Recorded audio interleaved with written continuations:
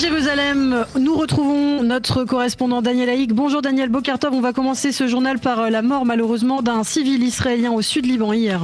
Oui, il s'agit d'Amer Khoujerat, 44 ans, de Shfaram, l'une des plus importantes localités arabes de Galilée. Amer Khoujerat était un civil employé d'une société de sous-traitance qui effectue des travaux d'aménagement au sud Liban pour le compte du ministère de la Défense. Il a été tué par l'impact d'un drone explosif sur la pelleteuse qu'il conduisait. Que son souvenir soit béni, il faut souligner que son fils de 19 ans qui travaillait avec lui était à proximité. Lorsque le drone a frappé, il était légèrement blessé par ce drone et hospitalisé. Ce développement tragique confirme que Tsahal rencontre actuellement des difficultés à neutraliser ces drones explosifs et que de nombreux officiers supérieurs au sein de l'armée israélienne critiquent l'absence de riposte due aux restrictions imposées par l'échelon politique à la demande du président américain Donald Trump. Les Américains redoutent des dérapages violents au sud Liban qui mettraient fin à la trêve. Mais côté israélien, on affirme que cela fait longtemps qu'il n'y a plus de trêve véritable au sud Liban. Et puis Tsahal a détruit par ailleurs hier le plus important tunnel creusé au sud Liban par le Hezbollah. Oui, ce tunnel a été découvert dans le village de Kantara, à 10 km au nord de la frontière israélo-libanaise. Point important, il ne pénétrait pas en territoire israélien, ce tunnel.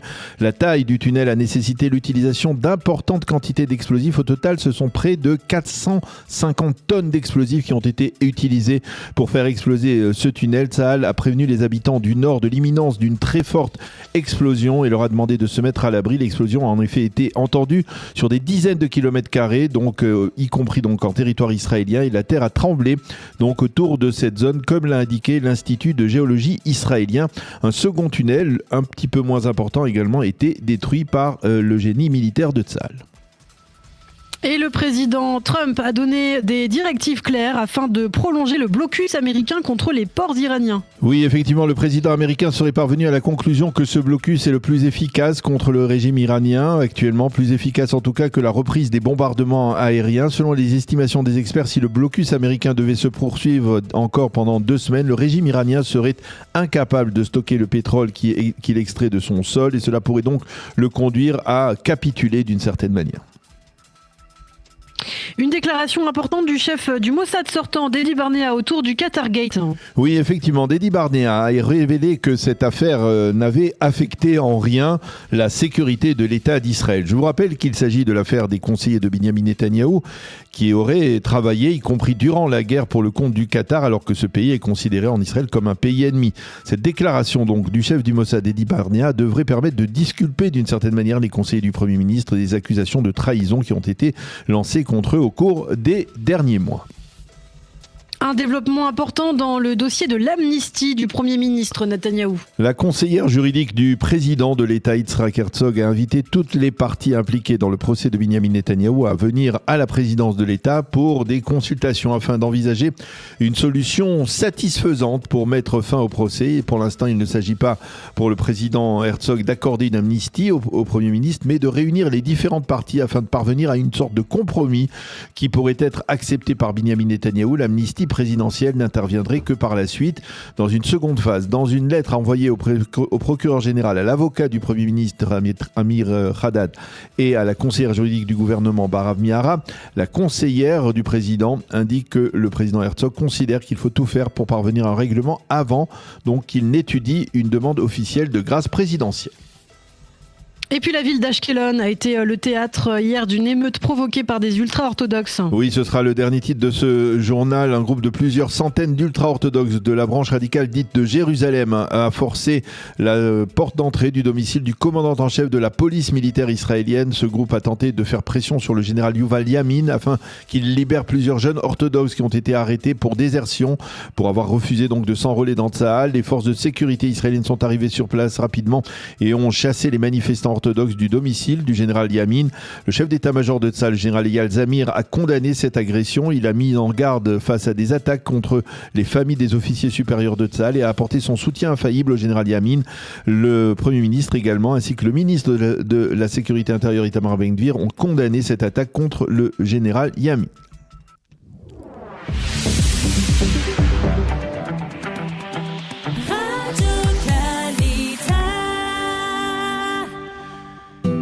Une Page météo pour compléter ce premier journal d'information. Sachez que le temps sera ensoleillé à partiellement nuageux sur l'ensemble du territoire israélien avec, on va dire, des éclaircies plus nettes à l'intérieur, du côté de Jérusalem en particulier. Il fera 21 degrés justement dans la capitale aujourd'hui et à Haïfa également. 22 degrés à Tel Aviv et sur le sud du littoral, 25 à Beersheva et 29 degrés à Eilat aujourd'hui.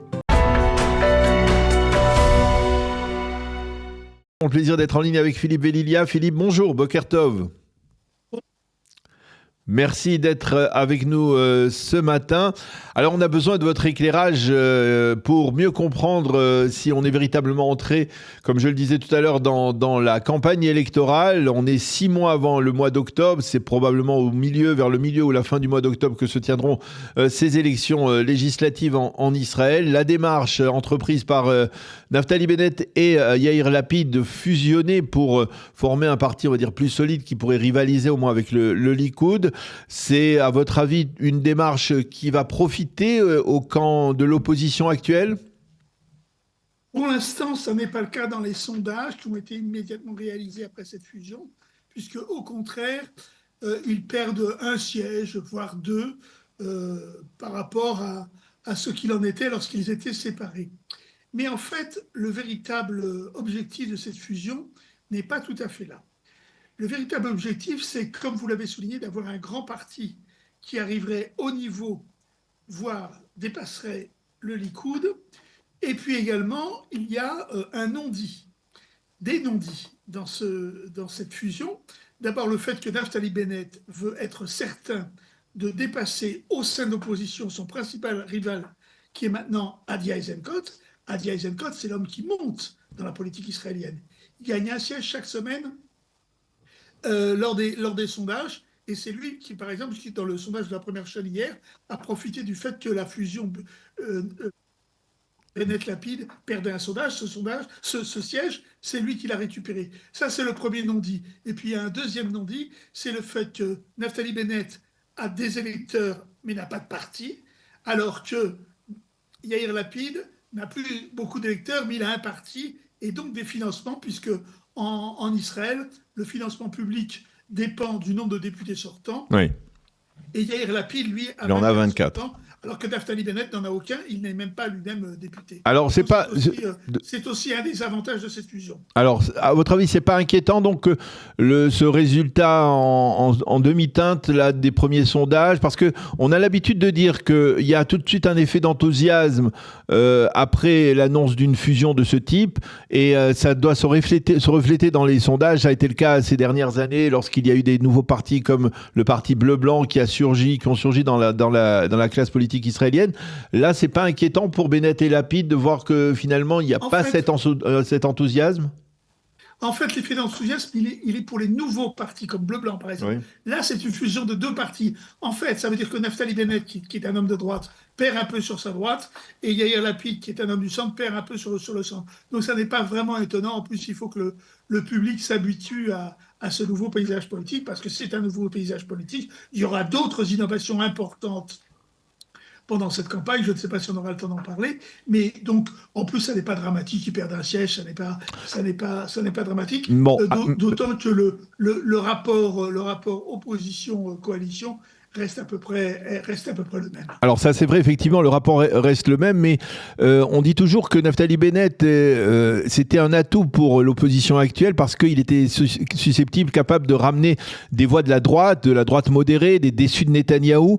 Or là, il semble que d'une certaine manière, il n'y ait plus véritablement déjà d'électorat de droite qui soutient aujourd'hui Naftali Bennett. C'est vrai, et c'est un autre scénario qui va se mettre en place.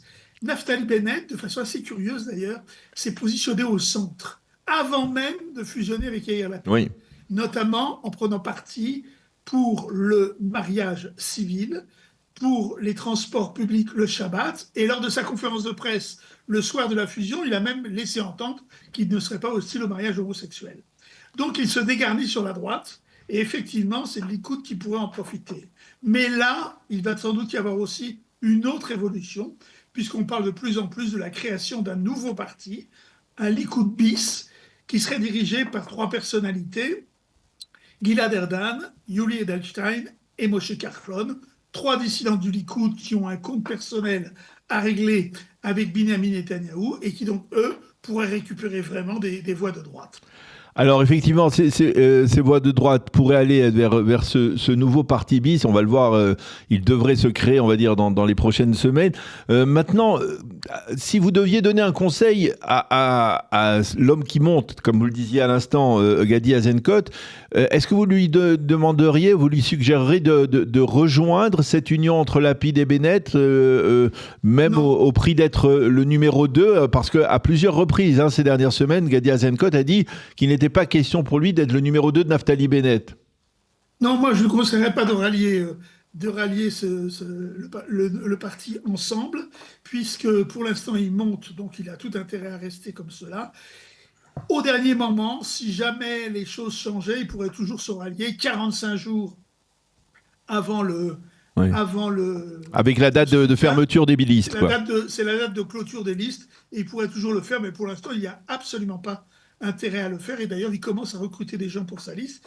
Il a recruté une personnalité intéressante, Shaul Meridor, le fils de Dan Meridor, qui n'est pas seulement le fils de Dan Meridor, qui existe aussi par lui-même, qui a un grand talent qu'il a montré au ministère de l'économie. Il était directeur du budget, et il y a Gadi Eisenkot a également dit qu'il récupérerait des députés de Yesh Atid qui ne pourraient pas être sur la liste parce qu'ils sont 24 sortants, il n'y aura pas 24 places, il y en aura une dizaine d'éligibles sur la liste du nouveau parti Ensemble, donc il a récupéré un certain nombre, et il a même dit quelque chose d'assez original, qui à mon avis devrait lui valoir les faveurs du public. Il y aurait une liste paritaire, une liste homme-femme. Ce serait une innovation dans la politique israélienne, et à mon sens une innovation plutôt positive. Alors on va essayer de faire une sorte de zoom out sur l'échiquier politique israélien. Finalement, aujourd'hui, quand on voit ce qui se passe actuellement, on voit à nouveau, on va dire, les mêmes visages, les mêmes figures.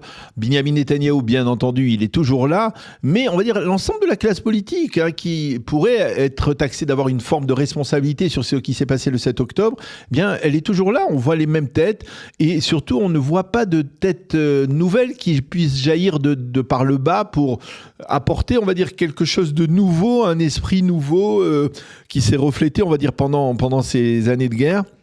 Ça vous surprend ? Non, ça ne me surprend pas, parce que le scrutin à la proportionnelle intégrale favorise ce type de démarche. Il y a quand même quelques têtes nouvelles. D'abord, Gadi Eisenkot n'a jamais été chef de parti. On peut considérer que c'est une tête nouvelle, même s'il n'est plus très jeune.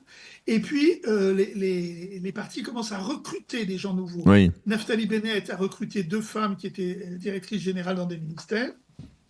Il a recruté également un jeune homme de 23 ans, qui représente les jeunes du service militaire. Et puis hier, je le disais, Gadi Eisenkot a recruté Shaul Meridor, qui n'était pas dans la politique. Donc je pense que ça n'est pas dans les têtes de liste, à part Gadi Eisenkot, qu'on aura du nouveau. Ce sera plutôt dans le corps de la liste elle-même qu'il y aura des têtes nouvelles. Il y aurait un intérêt à faire émerger des têtes nouvelles, parce qu'en général, les têtes nouvelles, ça suscite un intérêt chez les lecteurs. Alors, toujours en faisant ce zoom-out, si on se réfère à ce que l'on peut considérer comme une sorte de précédent, c'est-à-dire la période de la guerre de Kippour, qui a suivi la guerre de Kippour, on sait, il y a eu tout de suite après la guerre, il y a eu des élections qui ont été remportées par la gauche israélienne, Golda Meir, mais très vite, elle a dû démissionner, c'est Rabin qui l'a remplacée, puis finalement, au bout de 3 ans, on a assisté à un changement, ce qui s'appelle la première grande révolution politique, avec l'arrivée de la droite au pouvoir. Aujourd'hui, les choses sont bien plus mitigées. On est 3 ans après la catastrophe du 7 octobre, presque, quasiment. On n'a pas l'impression... Normalement, on dit toujours que ce genre de conflit apporte des points à la droite israélienne. C'est pas obligatoirement le cas aujourd'hui. Est-ce que vous pouvez nous aider à décrypter en fait ce qui se passe dans cette... On n'est pas dans la même situation qu'après la guerre du Kippour. Au moment de la guerre du Kippour, la gauche était très forte. Elle avait une quarantaine de sièges. Et donc, ça a été une véritable révolution lorsque, en 1977, Menachem Begin a remporté l'élection. Oui, mais en fait, en général, on a l'habitude de considérer que la guerre de Kippour, c'est-à-dire, on va dire, la catastrophe de la guerre de Kippour, elle s'est répercutée sur l'échiquier politique seulement en 1977 avec l'arrivée de la droite. Oui, mais c'est normal. Vous savez, en politique, il y a souvent comme ça une période d'incubation. Oui. Les gens ont tendance à voter selon leurs habitudes dans un premier temps, et après, ils sont susceptibles de changer. Donc, il faut tenir compte de ça. Ce qui est vrai, c'est que de toute façon, il n'y aura pas de révolution de ce type. La gauche ne va pas prendre le pouvoir en Israël. C'est impossible. Elle fait entre 8 et 10 mandats dans les sondages. Le pays est à droite. Il est à droite, et j'ai même tendance à dire qu'il l'est de plus en plus. Et donc, je crois qu'il y aura une alternance, mais à droite, avec des gens qui s'appellent Bennett, avec des gens qui s'appellent Carlon, avec des gens qui s'appellent Yuli Edelstein. Ça, c'est tout à fait possible. Mais oui, mais il y a aussi des gens comme... Binyamin Netanyahou, par contre, lui-même, je pense qu'il y a quand même quelques chances qu'il perde cette élection. Alors justement, on va terminer avec Binyamin Netanyahou, parce qu'on parle aujourd'hui d'une démarche du président de l'État pour ne pas lui accorder une grâce présidentielle, en tout cas pas dans un premier temps, mais peut-être essayer de trouver une sorte de compromis juridique qui lui permettrait de sortir, de mettre fin en tout cas au procès actuel. Vous pensez qu'aujourd'hui c'est un cas de figure plus plausible qu'il y a encore quelques mois, que d'une certaine manière ça permettrait à Binyamin Netanyahou de terminer sa carrière en disant j'ai lutté pour que l'Iran disparaisse et puis l'Iran est en train de disparaître, le régime des Mollahs est en train de disparaître, j'ai rempli ma mission, je m'en vais. Et il s'en irait la tête haute sans avoir, été jusqu'au bout de son procès. Oui, c'est un scénario possible. D'abord, il faut voir une chose, c'est que la demande de grâce qu'il a déposée n'en est pas d'une. Oui. Parce que les pouvoirs du président, tels que le dit la loi, c'est pour les gens qui ont été soit condamnés, soit qui reconnaissent leur culpabilité, ce qui n'est pas le cas de Binyamin Netanyahou. Donc, sa demande est vraiment à très limite, et d'ailleurs, le président l'a souligné. Lui, il a été, depuis le début, favorable à ce qu'on appelle Niskat Tiyun. En français, on dirait un plaidé coupable, qui fait que la personne reconnaît tout ou partie de sa culpabilité et qu'en échange, sa peine est soit adoucie, soit annulée. Et là, le président pourrait, en interprétant très activement la loi, mettre fin au procès. C'est un scénario auquel Yitzhak Herzog est très favorable depuis le début. C'est Binyamin Netanyahou qui, pour l'instant, ne le veut pas. Mais apparemment, il y a eu, depuis hier, des contacts entre la conseillère juridique du gouvernement et l'avocat de Binyamin Netanyahou, Maître Haddad.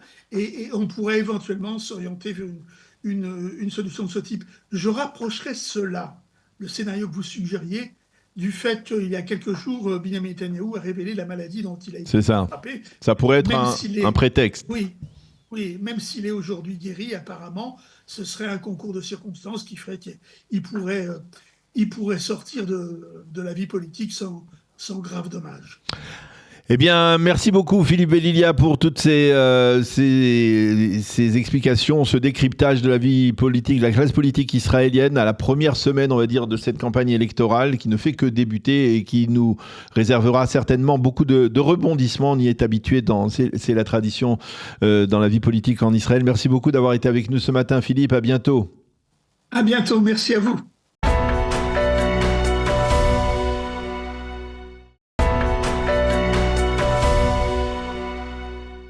Et nous allons commencer ce matin cette revue de la presse israélienne par la manchette du Israël Hayom qui se rapporte à la situation au sud Liban. Selon le Israël Hayom en manchette, Israël serait prêt à accepter un accord de non-belligérance avec le Liban, mais cet accord inclurait le désarmement et le démembrement du Hezbollah.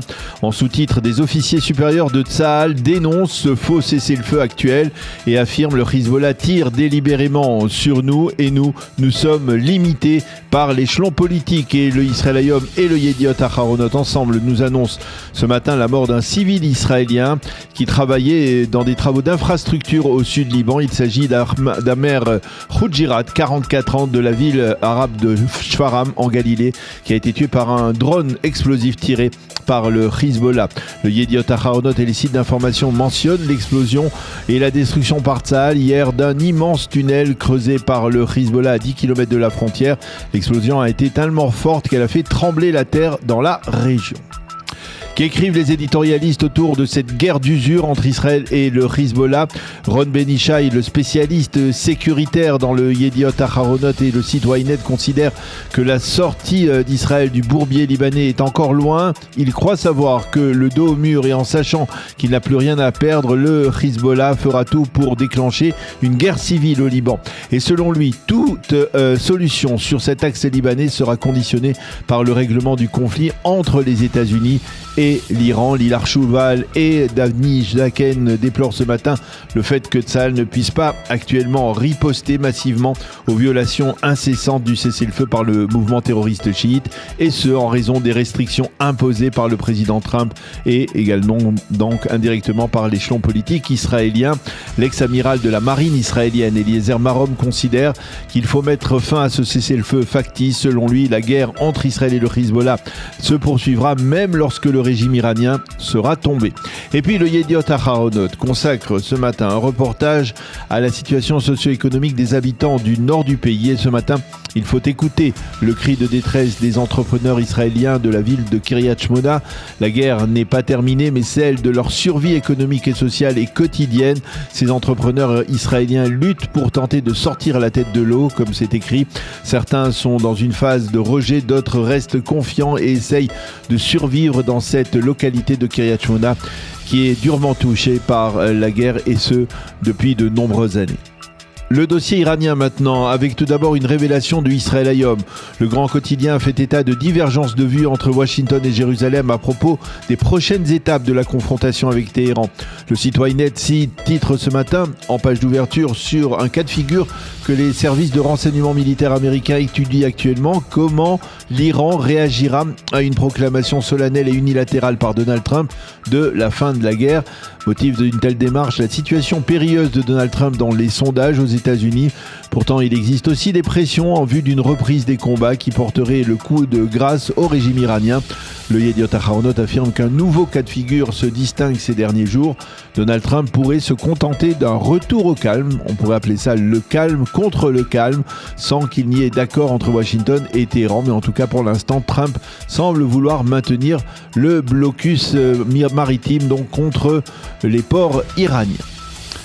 Qu'écrivent les éditorialistes dans ce dossier iranien? Selon Dani Zaken et Ariel Kahana dans le Israël Hayom, Israël voudrait lancer une nouvelle offensive militaire, une sorte d'offensive complémentaire afin de briser le régime iranien qui, de la vie générale, est au bord du gouffre, en particulier grâce à la pression économique imposée par le blocus américain. Les deux commentateurs insistent sur le fait que l'Iran risque de devoir interrompre le pompage de son pétrole car elle ne dispose plus de moyens de le stocker. Pour Dani Citrinovitch, toujours dans le Israël Hayom, on approche de l'heure de vérité pour le régime des Mollahs. Il constate que le blocus maritime de l'Iran par les États-Unis ne parvient pas encore à briser le régime iranien, et Trump va devoir trancher soit une escalade de la violence et la reprise des combats, soit la levée de ce blocus. Et puis ce matin, les sites d'information reprennent une déclaration faite hier par le chef du Mossad, Dadi Barnea. Ce dernier a en effet eu quelques mots pour donner une dimension réelle à ce que l'on a appelé l'affaire du Qatargate. Il s'agit de cette affaire selon laquelle deux des conseillers de Binyamin Netanyahou auraient reçu des honoraires de la part du Qatar, qui est considéré en Israël comme un pays ennemi. Hier, le chef du Mossad, qui ne s'exprime jamais pour ne rien dire, a affirmé que ces liens n'ont absolument pas affecté la sécurité de l'État d'Israël, comme cela avait été prétendu, on va dire, par l'opposition israélienne. Et cela permet tout simplement de dire que, contrairement donc aux accusations de trahison de certains responsables de la gauche israélienne, il n'y a pas eu de trahison dans ce dossier. Le Yediot Aharonot consacre ce matin les 3/4 de sa première page à une donnée relativement inquiétante, une donnée qui se rapporte à la violence au sein de la société israélienne. En 5 ans, nous sommes passés, sachez-le, de 147 assassinats à 295, soit presque exactement le double. Ce sont des données préparées par la police israélienne que le Yediot Aharonot a pu recueillir.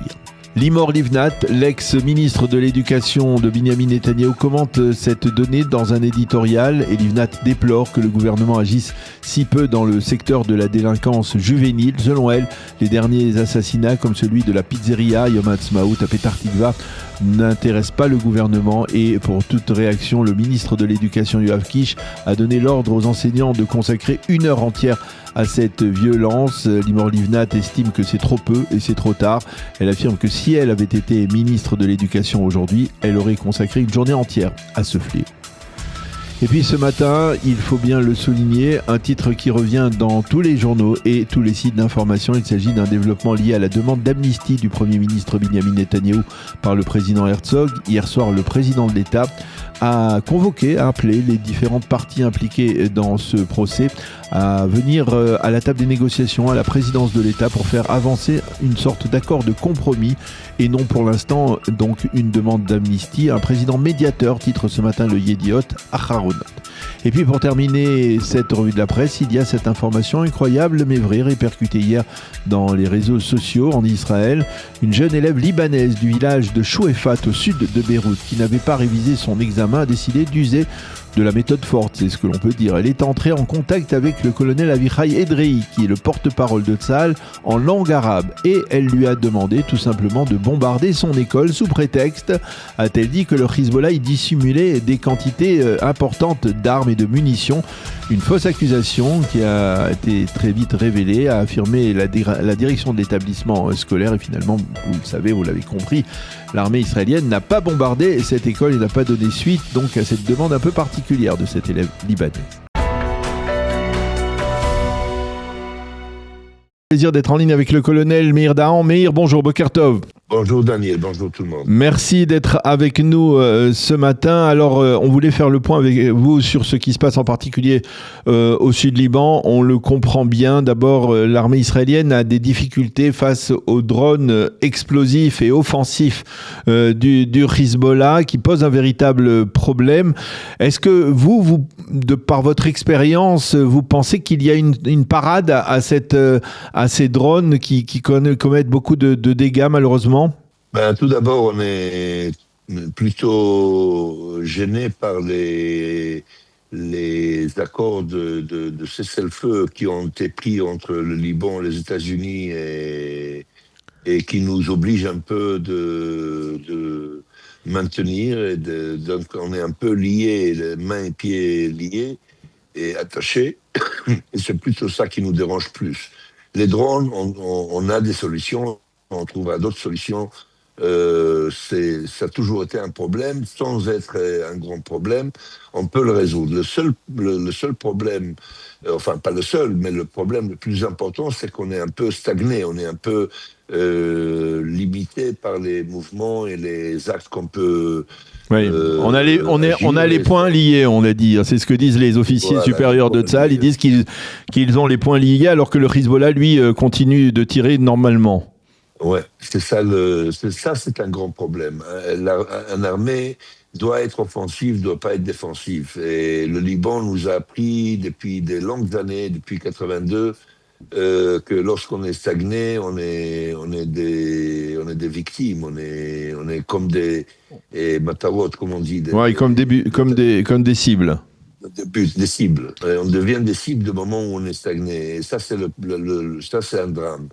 Mais selon ce que je sais, depuis hier, il y a eu d'autres décisions. Je crois que ça va changer dans les jours qui viennent. Voilà, alors ça peut changer effectivement dans les jours qui viennent. On a assisté par exemple hier, d'abord je voudrais vous nous expliquer ce qui s'est passé parce que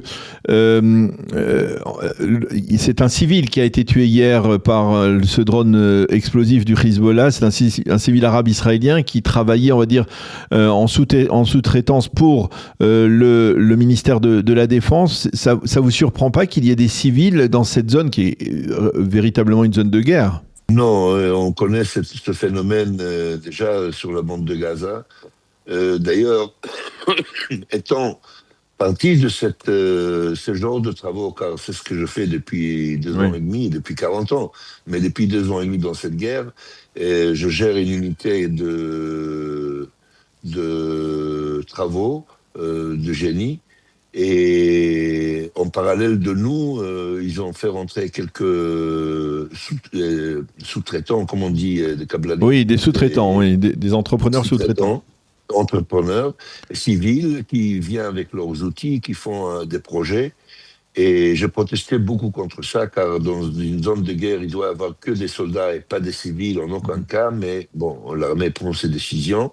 Et c'est ce qui s'est passé au Liban. Un soldat, il est beaucoup plus éveillé, beaucoup plus entraîné et connaît beaucoup plus les menaces et on sait comment minimiser. D'ailleurs, quand on voit les résultats depuis 2 ans et demi de guerre, on a, je dirais pas que, car chacun est précieux et très important, mais on a 3 morts et une douzaine de blessés. Et malgré un accrochage très très vif dans le sein de la population, dans le sein sous le feu, sous la guerre, et on savait se protéger. Et les civils ne savent pas le faire. Et les résultats sont là. À la bande de Gaza, il y a eu 4 civils déjà morts. Maintenant, ça commence au Liban et malheureusement, tant qu'ils vont pas arrêter avec ça, ça va continuer. Si vous deviez donner un conseil à l'échelon militaire aujourd'hui, ça serait d'aller plus loin, peut-être même de continuer à élargir cette zone de sécurité, même au-delà du Litanie, ou alors peut-être par exemple tout simplement d'utiliser l'armée de l'air, les hélicoptères, pour frapper, on va dire, toutes ces cibles ou toutes ces zones d'où sont tirés en général ces drones, parce que apparemment c'est ce qui reste au Hezbollah, n'est-ce pas? Le Hezbollah, on dit qu'il n'a aujourd'hui que 10% de ses capacités d'avant la guerre. Ils ont de moins en moins de moyens d'agression. Chaque jour, ils ont de moins, ils ont beaucoup moins de ravitaillement, de recharge, car ils n'ont pas de source du tout. Et bon, mais il faut se rappeler quel était le but principal au départ. Le départ a été, c'est qu'on prend position le long de Litanie, et de là, on sort à des actions précises. Oui. Mais tout ça couvert par une grande masse de feu. L'artillerie, les chars, les avions et les unités. Combattants. D'autres unités des combattants font des entrées et sorties selon les renseignements, selon l'intelligence qu'on peut obtenir, et les maintenir toujours sous pression et les mettre en position de défense et non pas d'attaque. Aujourd'hui, on est stagné, on fait beaucoup moins de sorties de Litanie à l'extérieur par des combattants et beaucoup moins de feu par rapport à l'armée de l'air et l'aartillerie. Ce qui fait qu'ils ont le temps de se lever et partir à l'agression, à l'attaque. Et ça nous met dans une très mauvaise position. Mais encore, je répète, dû aux dernières décisions à l'armée, avec l'autorisation bien sûr de politique, ça devrait changer. Ça va changer, ouais. Ça va changer radicalement. Alors, une des informations de ce matin et des images les plus marquantes d'hier, c'était cette explosion dans un tunnel du Hezbollah, qui est apparemment un tunnel extrêmement long. Il a fallu, on dit, 450 tonnes d'explosifs pour détruire ce tunnel. Ouais. Comment? Alors, je rappelle encore que le Liban, c'est pas la bande de Gaza. La bande de Gaza, c'est du sable, c'est très très fragile, très facile enfin facile entre guillemets, car il y a 500 km de tunnels là-bas. Mais le moyen d'éliminer les tunnels sont beaucoup plus faciles qu'au Liban. Le Liban, c'est une rocher, la terre est très très très très très solide. D'ailleurs, qu'il aura mis beaucoup de temps de creuser leur tunnel. Mais à côté de ça, beaucoup de mal pour nous à les exploser. Et imaginez-vous 450 tonnes pour une seule tunnel, qu'est-ce que ça veut dire pour le reste? Oui. On ne peut pas maintenir cette dynamisme. D'ailleurs, aujourd'hui c'est connu, c'est une invention qui est née dans mon unité, c'est de bourrer ces tunnels avec du ciment, qui est le moyen le moins cher et le plus facile à le faire. Et c'est ce qu'on est en train de faire. C'est ça. Plutôt que de les faire exploser, de les cimenter. Voilà. Alors, ce qu'on a fait au Liban, vous savez, il y a 2 phénomènes au Liban, et la plus massive, c'est les chambres d'attente. Oui. Ils ont creusé des chambres comme un champignon, vous savez, comme un ballon. où à l'intérieur il y a tout, le ravitaillement, les armes, les munitions, enfin ils ont tout là-bas dedans. Ils attendent là-bas 5 à 10 à 15 à 20 personnes. Ils attendent, leur vision d'extérieur les communique et leur dit voilà, il y a une unité ici, une unité là-bas. Ils sortent de ces chambres et ils vont à l'attaque. C'est le système de Hezbollah très connu. Et on a bien sûr identifié ça très longtemps auparavant, et on est en train d'éliminer ces chambres. Mais il faut les découvrir. Ça, c'est quelque chose qui est pratiquement... et qui est très, très, très difficile. Donc, on suit le terrain ligne par ligne pour pouvoir découvrir ces chambres. Et ceux-là, on les explose même pas. On les bourre de ciment et puis c'est tout. Avec tout ce qu'il y a dedans, on s'en fout de ça. Mhm.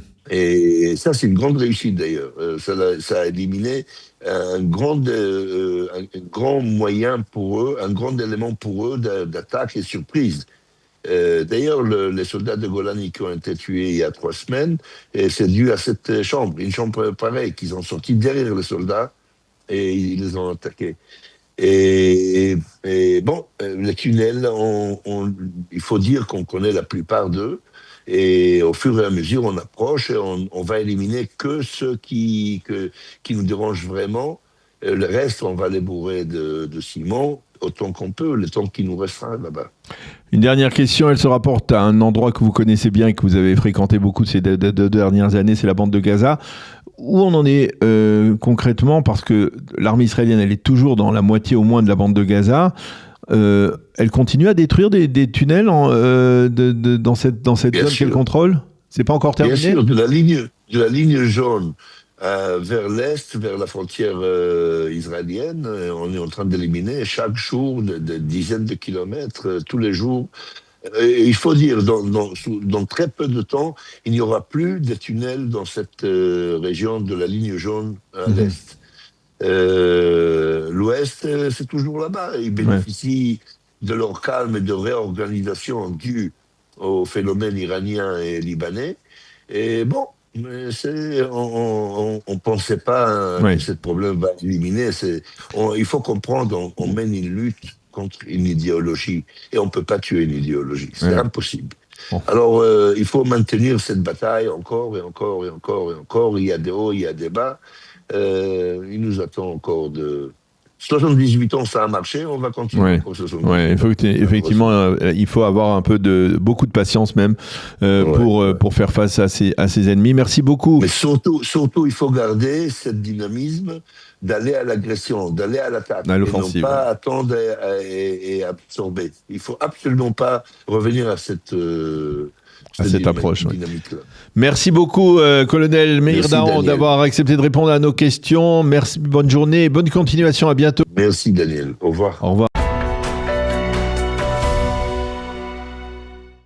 Dans quelques instants, je pense que nous serons avec Claude Moniquet. Bonjour Claude, merci d'être avec nous ce matin. Je rappelle à nos auditeurs que vous êtes un expert du contre-terrorisme et que vous êtes le président du Centre européen de sécurité et de renseignement stratégique. J'espère que j'ai bien traduit le titre, l'intitulé de l'anglais. Avec vous, je voudrais que l'on revienne sur ces 2 dossiers qui nous préoccupent beaucoup en Israël, le dossier iranien et le dossier libanais. L'Iran, aujourd'hui... on a le sentiment pour la première fois que, quelque part, on va dire, le régime est en train de s'effriter. Ce n'est peut-être pas parce que seulement les analystes le disent et le répètent. Il y a la pression, on va dire, exercée par les Américains, le blocus des ports iraniens est en train peut-être de porter ses fruits. Vous avez ce sentiment aussi ? Je serais très prudent sur l'Iran, Daniel, parce que ça fait 20 ans, 30 ans qu'on répète régulièrement que le régime n'en a plus pour longtemps, etc. Là, ce qu'il y a de certain, c'est qu'avec la guerre des 12 jours d'abord, et puis surtout avec les opérations qui ont eu lieu depuis le 28 février, le régime iranien est dans l'état de faiblesse le plus important qu'il a connu depuis sa naissance. Ça, c'est une certitude. Sa direction politique a été quasiment totalement éliminée, une grande partie de ses armements, la pression militaire était maximale. Le problème à mes yeux, c'est que je pense que les opérations militaires se sont arrêtées un peu trop tôt et ce que ça a donné du temps à l'Iran Or, l'Iran a des ressources, l'Iran est un pays, est un État, ce n'était pas la dictature d'un seul homme. Donc dire que le régime est en train de s'effriter, c'est effectivement ce que dit Donald Trump, mais il le dit pour justifier le fait qu'il a décidé d'arrêter les opérations militaires. Je serais plus prudent. J'espère. Non, vous pensez... Le régime est en train de s'effondrer, mais j'en suis pas sûr. Vous pensez pas, parce qu'on parle de pertes sèches de la part des Iraniens de 500 millions de dollars par jour, de par le blocus imposé par les Américains, finalement ce blocus, on dit, dans un délai de 2 à 3 semaines, eh bien, ça risque de paralyser totalement, non seulement l'économie, mais la production de pétrole. On n'est pas peut-être en train de saisir, peut-être avec un peu de retard, on va dire, du côté des Américains, le point faible de l'Iran, celui qui pourrait le pousser à mettre un genou à terre au moins? Peut-être, mais dans le meilleur des cas, dans celui effectivement d'un effritement total du régime iranien, que va-t-il se passer? Les gens qui sont au pouvoir aujourd'hui et qui sont essentiellement les gardiens de la révolution, les chefs des gardiens de la révolution, ne vont pas simplement baisser le pavillon en disant bon, ben, c'est très bien, on a compris, on se retire. Ils feront, parce que les Iraniens, on le voit bien dans leur manière de négocier depuis 47 ans, ils feront des concessions, même si ces concessions sont douloureuses, et je pense que ces concessions pourraient arriver à amadouer Donald Trump et à faire en sorte que le conflit s'arrête définitivement. Et là, le régime aura la possibilité de se reconstruire. Si demain, les gardiens de la révolution disent, bon d'accord, on libère totalement le détroit d'Ormuz, et puis si vous voulez, ces 450 kilos d'uranium enrichi, ben, nous sommes d'accord pour les céder ou les placer sous contrôle international, etc. Ce sera terminé, et là, le régime, une série de sanctions seront levées, et le régime aura la capacité de se régénérer et de renaître. Il mettra du temps, mais il reviendra, il restera au pouvoir. Et le problème est là. Ce qu'il faut en Iran, c'est que le régime change réellement, et pas comme le dit Donald Trump, il a déjà changé. Oui, c'est ça. Et les gens sont raisonnables aujourd'hui. Oui, c'est ça, c'est ce qu'il dit, il a déjà changé. Et le peuple iranien, vous ne pensez pas qu'il peut être un paramètre qui peut surgir, peut-être pas tout de suite, mais justement, c'est-à-dire à partir du moment où il y a une situation de chaos total sur le plan économique, financier, et énergétique, le peuple qui n'a plus rien à perdre peut descendre dans la rue et renverser ce régime? Ça vous semble pas probable? Le peuple a encore quelque chose à perdre, c'est la vie. Oui. Malheureusement, on a bien vu en janvier que quand il a fallu tuer 40 ou 50 000 personnes et en arrêter le même nombre en 3 jours, le régime n'a pas hésité une seconde. Donc s'il reste au pouvoir, même affaibli, et si le peuple se révolte, il aura toujours la capacité de le réprimer, parce que c'est lui qui a les armes. Or, on voit bien que le peuple iranien aujourd'hui est le grand absent des négociations et le grand absent de l'équation. Au début de la guerre, Donald Trump dit d'abord le 12 janvier, Donald Trump disait tenez bon, nous arrivons, etc. Ça, c'est oublié depuis longtemps. Après, depuis 2 mois, le peuple a totalement disparu et la question du changement de régime ont totalement disparu du discours de Donald Trump, sauf pour dire que le régime avait déjà changé. Donc, je ne pense pas malheureusement que tant que le régime restera, je le crains, assez fort pour réprimer son peuple et pour rester au pouvoir. C'est ça que je voulais dire, parce qu'on a arrêté le travail au milieu du chemin, en fait. Alors, je voudrais qu'on dise un mot de l'autre front qui préoccupe beaucoup les Israéliens, c'est le front libanais. Et c'est un front dans lequel la France aurait, dans l'absolu, dû jouer un rôle important. C'est pas apparemment le cas. Si vous deviez donner un conseil aux Israéliens, est-ce que vous pensez que il y a quel moyen, comment, on va dire, neutraliser plus encore le Hezbollah aujourd'hui dans le contexte délicat et problématique du gouvernement libanais qui ne veut pas véritablement, en tout cas, bouger ou en tout cas agir contre le mouvement terroriste chiite? Comment Israël devrait se conduire, à votre avis? Alors, je suis d'accord avec ce qui a été dit par la personne qui intervenait avant. Voilà, Meir Dahan. Israël doit maintenir la pression. C'est la seule solution. Alors, sans illusion, le Hezbollah ne sera pas détruit, ne sera pas désarmé dans l'immédiat en tout cas, pour deux raisons. D'abord parce qu'il est le produit d'une idéologie, effectivement, une idéologie qui reste vivace. Et à nouveau, tant que le régime iranien restera en place, le Hezbollah continuera à exister et à être une menace. Et puis nous savons tous les deux très bien, et nos éditeurs le savent, que ça fait 40 ans que Israël tente de désarmer le Hezbollah. Ce qui se passe au Liban, c'est que la communauté internationale, et particulièrement la France, refuse de prendre leurs responsabilités. Les Libanais seuls, les Israéliens seuls, l'histoire l'a montré, ne peuvent pas désarmer et détruire le Hezbollah. Les Libanais seuls n'en ont pas la capacité. L'armée, même s'il y a aujourd'hui une volonté de se défaire de ce cancer libanais qui pollue, qui détruit la vie politique de ce pays depuis près d'un demi-siècle. Donc il faut une aide internationale, et le pays qui était le mieux placé pour le faire, c'est effectivement la France. Oui. Mais la France a montré face au Hezbollah, et comme face à l'Iran d'ailleurs, depuis un demi-siècle, beaucoup trop je vais être gentil, je dirais beaucoup trop de faiblesse, j'ai envie de dire beaucoup trop de lâcheté. Donc j'imagine mal la France intervenir au Liban demain pour désarmer le Hezbollah aux côtés de l'armée libanaise. Pourtant, ce serait une solution, mais ça ne se fera pas. Comment vous expliquez que même après la mort de 2 ou 3 militaires français tués par le Hezbollah, le président Macron ne réagisse pas plus fermement, n'essaye pas d'impliquer la France plus dans une solution qui permettrait de démembrer le mouvement terroriste ? C'est une bonne question, et la réponse tient aux illusions qui ont cours à Paris, et en particulier au Quai d'Orsay depuis toujours, ce qu'on appelle la fameuse politique arabe du Quai d'Orsay. Vous parlez de 2-3 soldats qui ont été tués. Effectivement, nous avons eu 3 soldats français tués, 1 en Irak, 2 au Liban. Le Hezbollah seul, depuis 1983, en comptant nos 58 parachutistes de l'immeuble de Drakkar en octobre, a tué 68 soldats français. Est-ce qu'à un seul moment, il y a eu une réponse militaire appropriée de la France ? Jamais. Pourquoi ? Parce que il y a cette idée absurde que toucher au Hezbollah comme toucher à l'Iran, c'est en fait, in fine, toucher à l'Iran, et que toucher à l'Iran, c'est dangereux parce que ça déstabiliserait le Moyen-Orient, comme si l'Iran était depuis 47 ans... Un facteur stabilisateur. Un facteur de stabilité au Moyen-Orient.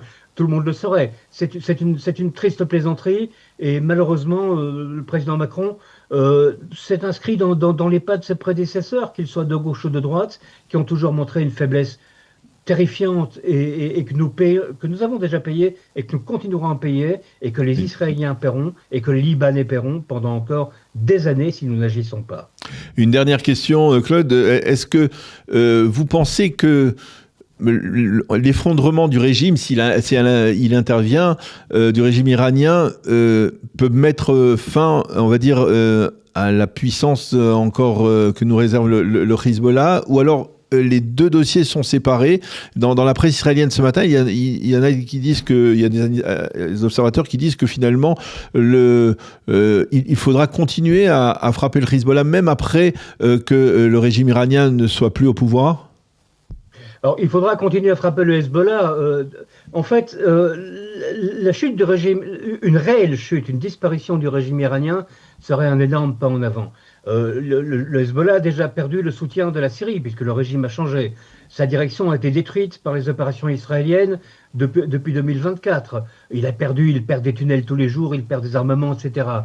Si l'Iran disparaît demain, si l'encadrement des gardiens de la Révolution et l'argent des gardiens de la Révolution disparaissent, il y aurait peut-être la possibilité de ramener le Hezbollah à n'être plus qu'une formation politique comme les autres au Liban, qui sera gênante, qui sera islamiste, qui sera tout ce que vous voulez, c'est vrai, mais qui ne sera plus une milice armée.